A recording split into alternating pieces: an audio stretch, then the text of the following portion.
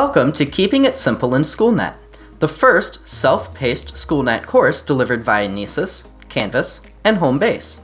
We're also making this video available on our YouTube channel, so welcome to our viewers there as well. This course is intended as a brief refresher, or possibly introduction, to Schoolnet. In this course, we'll cover what is Schoolnet, how teachers and students access Schoolnet, how teachers can create tests using test questions that are already in the system, and how teachers can view and analyze test results to further inform classroom instruction. Finally, we'll wrap up with a few extra resources. If we haven't met yet, I'm John Mars, your Schoolnet Product Manager and Professional Learning Specialist on the Homebase team in the Digital Teaching and Learning Division here at NCDPI. Thank you again for joining me for this course.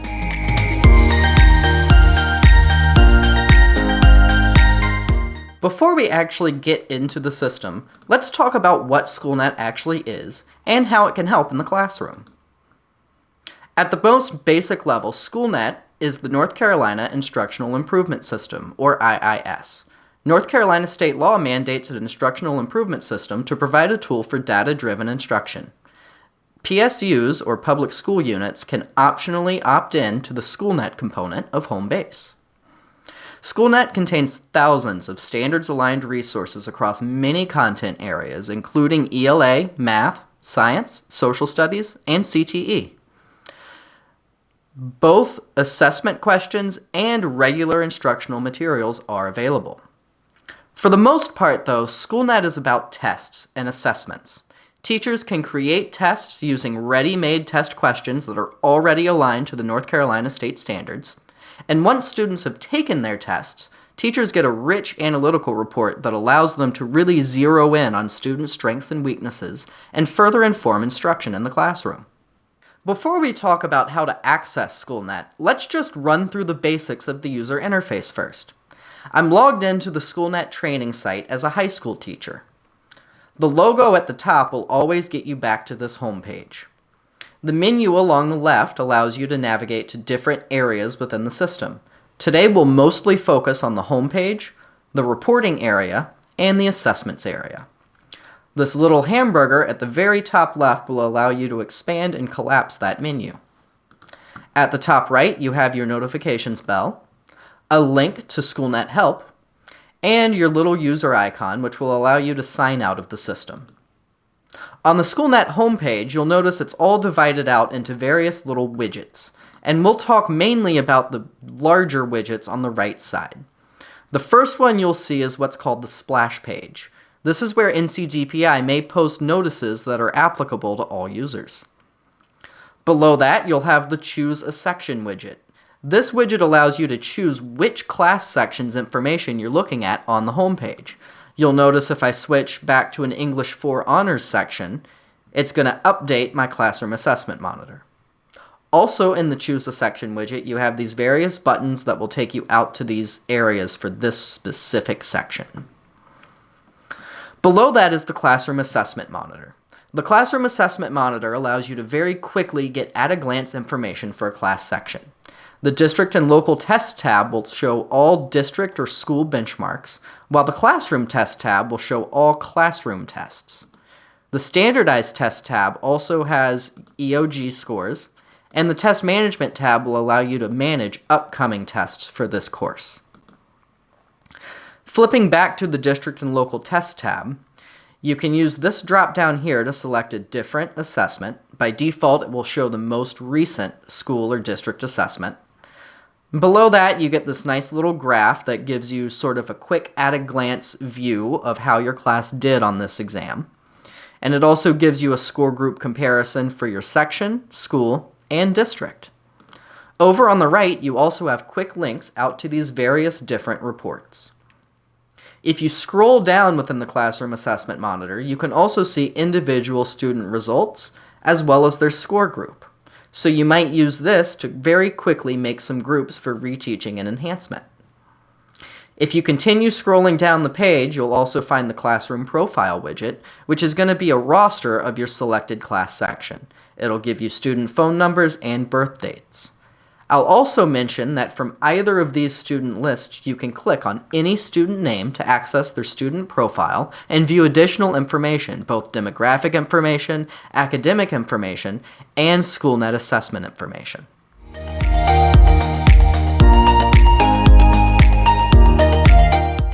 Now that we've gone over the basics of the SchoolNet user interface, let's talk about how to actually access the system. To log into the real live production version of SchoolNet, you'll use the NC EdCloud IAM service. You'll access NC EdCloud as you usually do, use your usual credentials, and then click the red house icon to log into SchoolNet. Please speak to your principal or data manager if you are not sure of your NC EdCloud login credentials. Students will also follow the same process to get access. If you'd like to log into the SchoolNet training site for today to practice before using the real version of SchoolNet, you can use the bit.ly and username and password that are shown on the screen. These are also included on the Canvas page and in the YouTube video description. Let's take a brief look at how it would look to log into the real SchoolNet as a teacher or as a student. You'll first access NC EdCloud and log in with your usual credentials. Once you've logged in, look for the red SchoolNet house icon. It'll look something like this. Once you click on that icon, you'll be logged into SchoolNet. For a teacher, your page will look very much like this, the page we just went over. For a student, their page is much more simplified. They have the Take a Test widget, which will allow them to enter the passcode and take an upcoming test. They have the Upcoming Assignments area that will show them anything that's been assigned in SchoolNet and is upcoming. They can access various different areas of their student profile, and they can view their latest scored tests if allowed by test restrictions.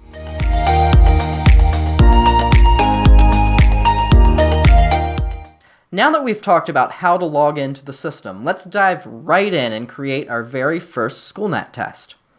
So to create tests, we're going to be in the Assessments area. So I'm going to click this little down arrow to the right of Assessments on the left to expand that category. Now you may be tempted, you'll see the Tests heading here, you may be tempted to just click Create underneath a test, right? And create a manual test. You could certainly do that, but I actually want to start by finding my questions, and then I'll worry about making the test. I just want to see what questions are in there at this point, right? So let's go to the second Find link underneath the Items, Rubrics, and Passages heading, and we're going to find some items. So this is going to pop up the item search box, and I'm going to clear all of my filters here at the top just so I'm starting fresh.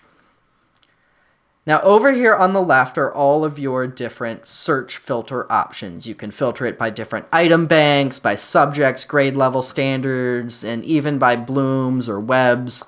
All sorts of nice options. But really the fastest way is to just browse by standards. So let's go pick some standards. I think today I'll be a 5th grade math teacher. Why not? So we'll fill in. You'll pick the subject, the low grade level, and the high grade level. In my case, I just want 5th grade. And that will automatically pop in all of the state standards below that. You can use these arrows to expand a standard down, and we'll just keep expanding down until we get to the lowest level standard. So maybe I want to assess that standard, and let's grab that one as well. And once you've selected all the standards you want to work with, you can click Save and Close. Also note that right here next to the standards, it'll actually tell you how many questions in the system are aligned to that standard.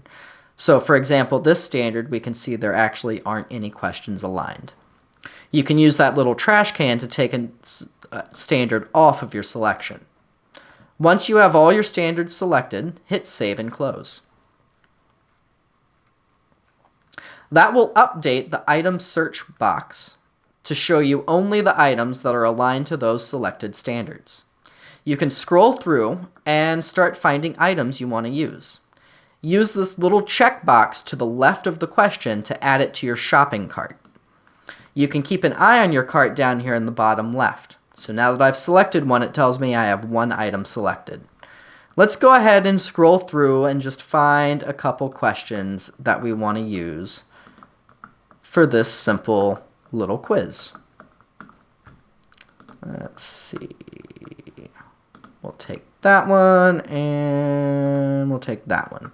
So I've got 6 items selected now. From here, down at the bottom right, you're going to click Item Actions and then Add to Test. We want to take these 6 items we selected and add them to a new test. So that's going to bring you to the Add Items to a Test page.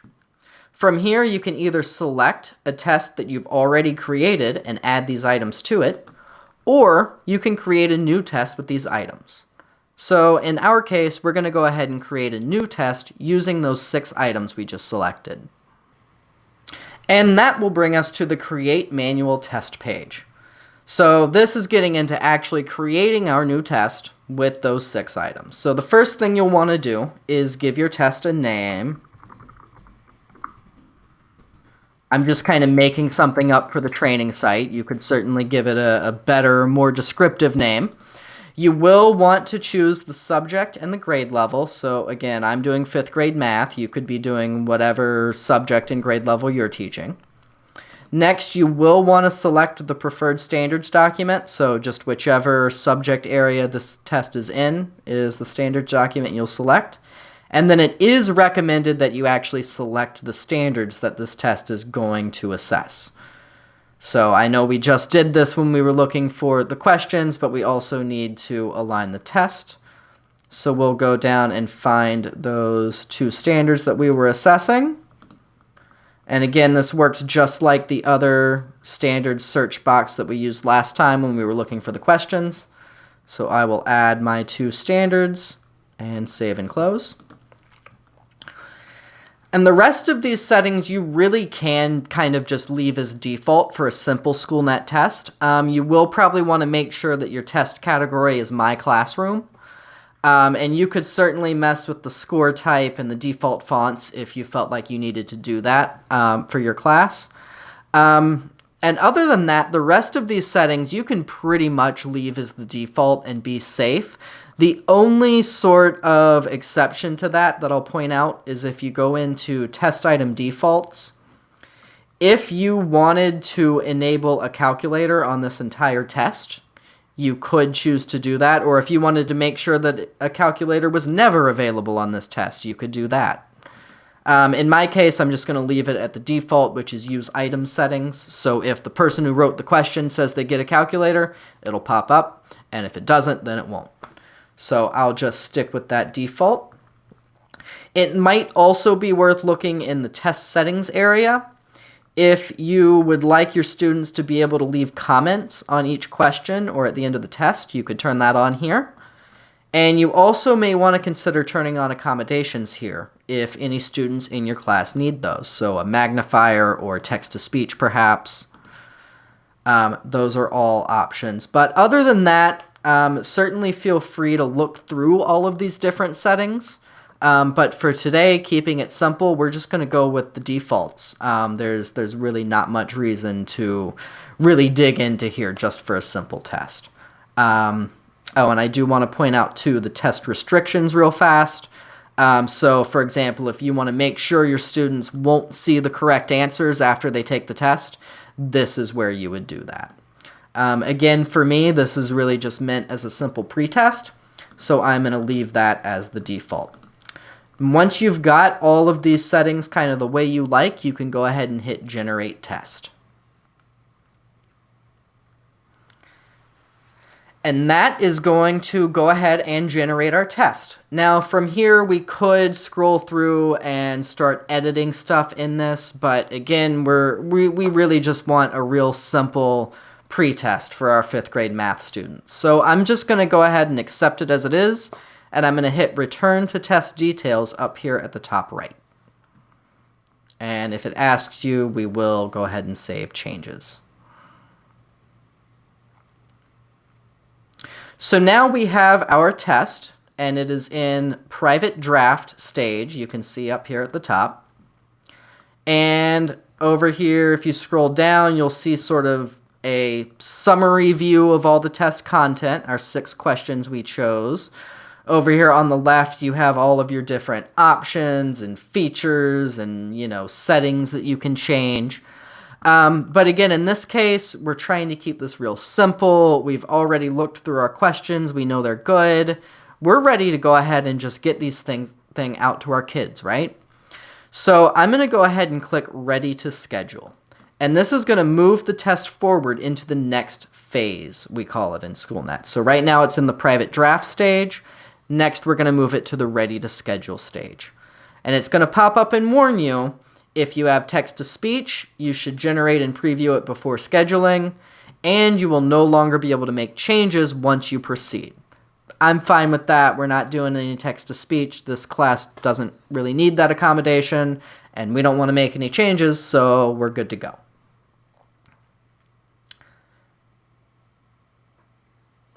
And once we do that, you can see it's been pushed to number 2, the Ready to Schedule stage. So this is sort of the final point for the test. The test is ready to go, right? The only thing we need to do is decide when students will be taking this test. So we'll go ahead and click Schedule here at the top right, and we'll go ahead and get this scheduled.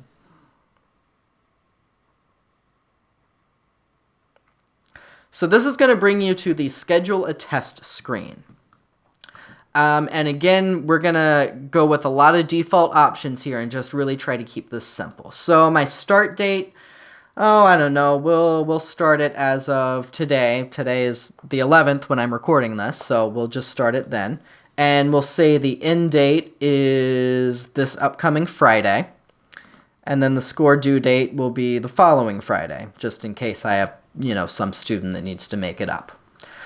So our start date is the earliest date a kid might take this test. Our end date is the latest date a kid might take this test. And the score due date is the final date we have as a teacher to make any tweaks to those scores. If we want to let a kid correct a question or make something up, that would be the final date to do that. After that date, all of the sort of final statistics for the test will be generated. So you really want to try not to make any changes after that point. And that is pretty much it for this first administration area. You can turn on some of these options, like if you want to make sure students aren't launching the test before or after the date, or if you want to make sure they can't see the test results until after the end date, stuff like that, you can certainly do that. Step 2 here, this is where we're actually going to assign it. So what students are taking this test? So I'm going to hit Select Assignment.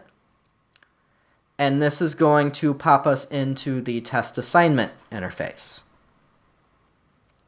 And so as a teacher, I can choose to either assign the test to sections or I can assign it to individual students. So you have both of those options. You could go through and check off which students you wanted.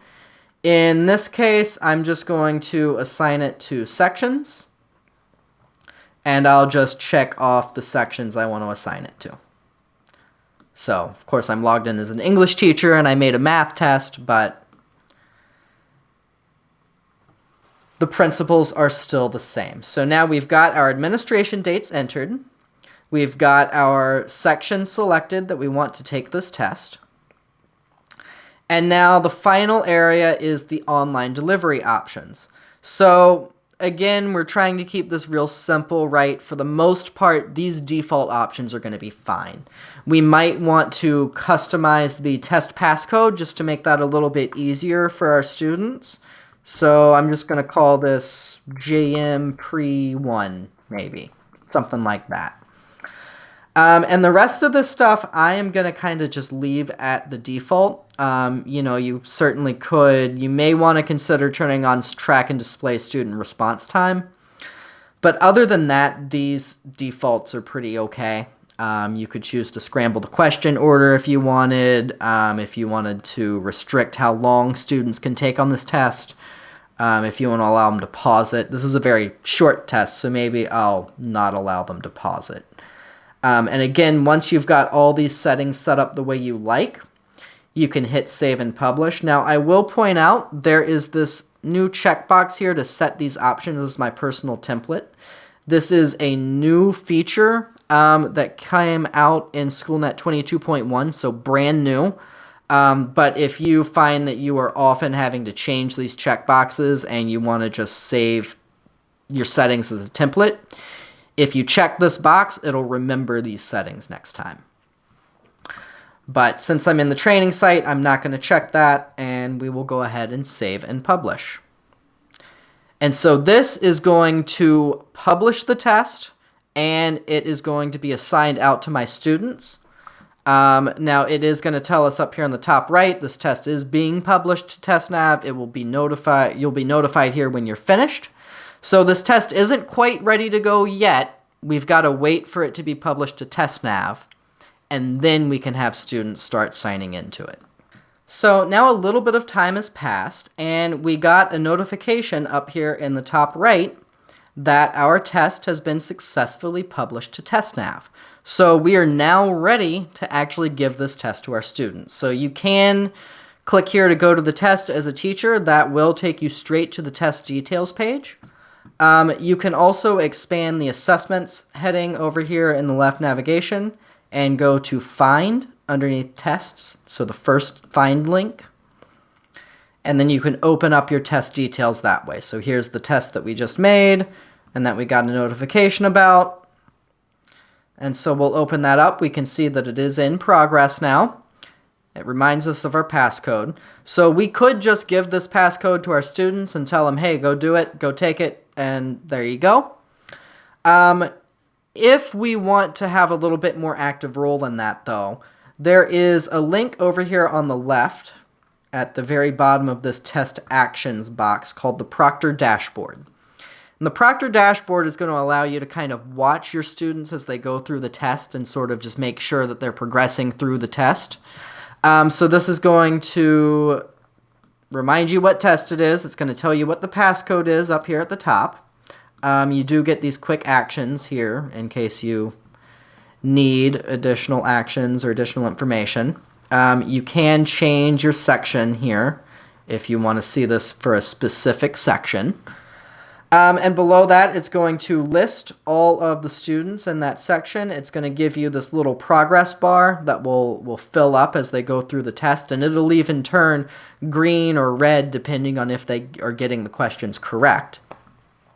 It'll give you sort of a little summary of their results here, their current status, and if a student for some reason got booted out and was having trouble getting back in, there would be a resume link here for each student that you could use to kind of get them back in manually.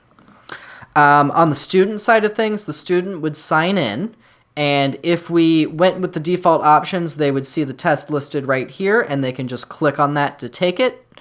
They could also use this little box and type in the passcode from their teacher and hit go, and that would launch the test as well. So students can go in through here, take their test, and you as the teacher can monitor it over here and kind of keep an eye as they go through their test.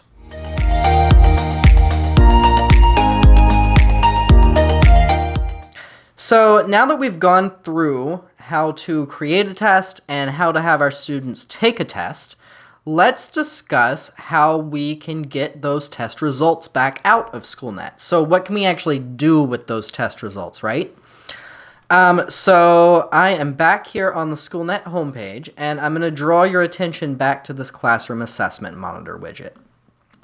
Now, the test we just created would be a classroom test, so that would be in the Classroom Tests tab.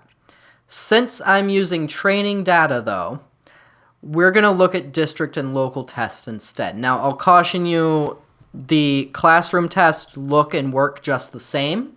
They're just on this different tab here. So we'll just pretend this is a classroom test that we've taken, and you would get the same information for a classroom test. So on a classroom test, you'd get this list of students. You could very quickly, maybe these 4 can work in some sort of enhancement group. These guys can work on some sort of reinforcement activity, and maybe these 2 need to come with the teacher for some reteaching, right? So you can very easily and quickly build some student groups based off of this.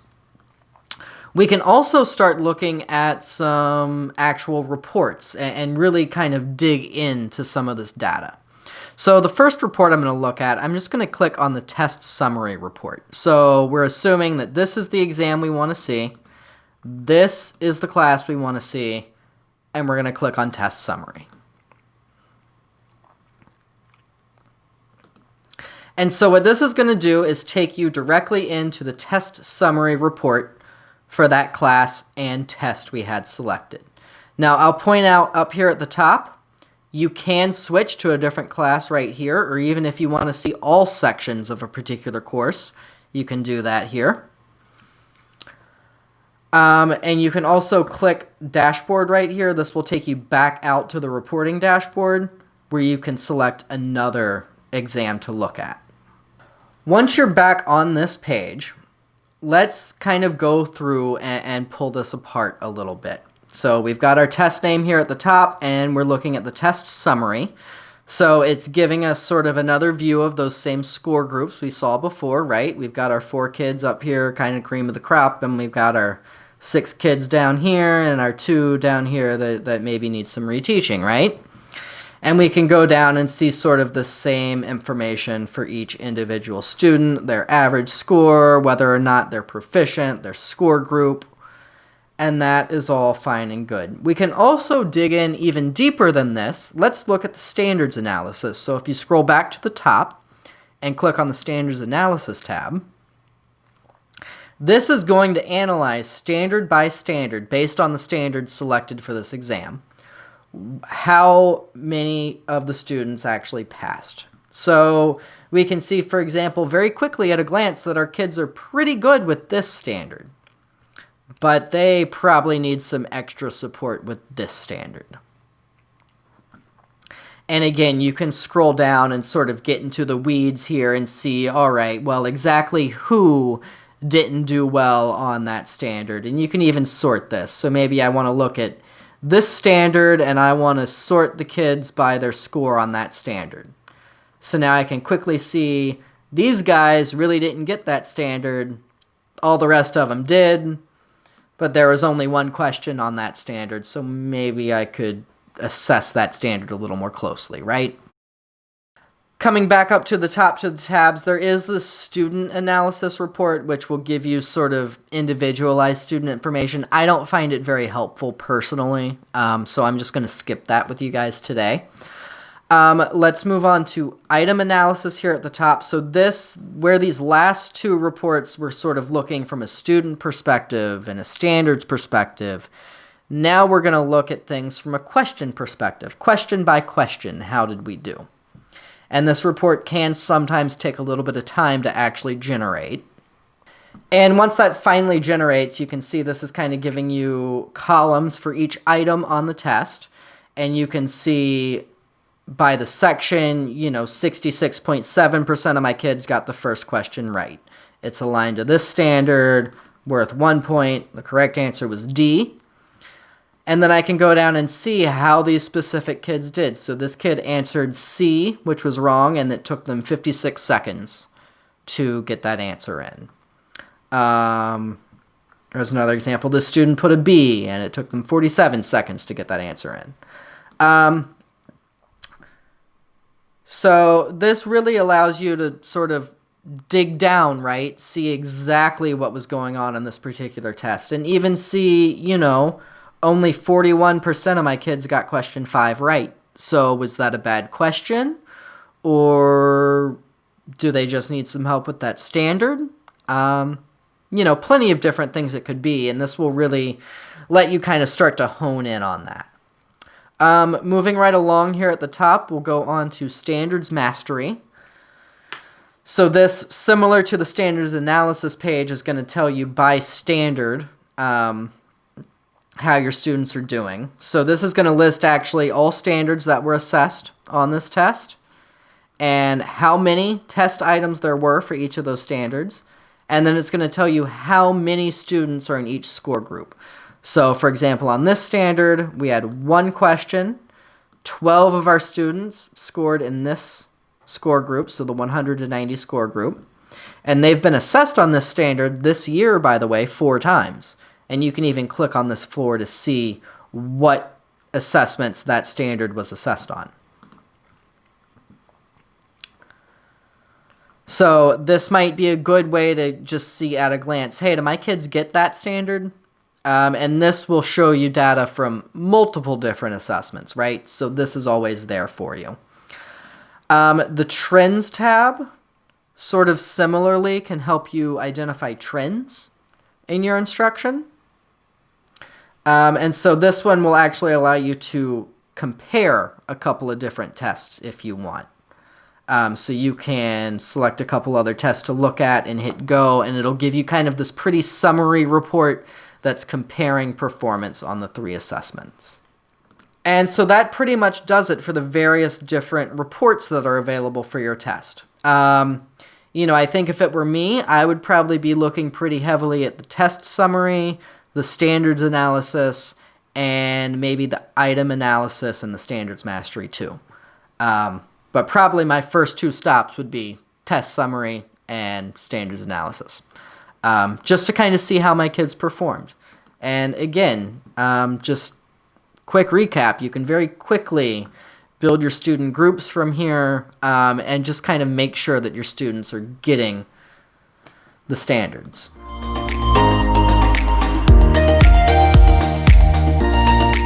So before I wrap up this video, I do want to just throw out there that there are a wide variety of Schoolnet resources out there and available. This is just a selection of resources that I thought might be helpful for you at this time. So these are all linked, again, both on the Canvas page that you may be watching this on and in the YouTube video description. You can also find these links in the slide deck that I will make available. But just real quick, these links are the link to the Schoolnet training site, the link to the Schoolnet Google site, which is where I post all of these resources, and then a couple of links to some different quick reference documents that explain some of the things we looked at today together in more detail. So I thank you again for joining me for this class. I hope that it was helpful, and I hope that you'll join me again in the future for additional Schoolnet training courses.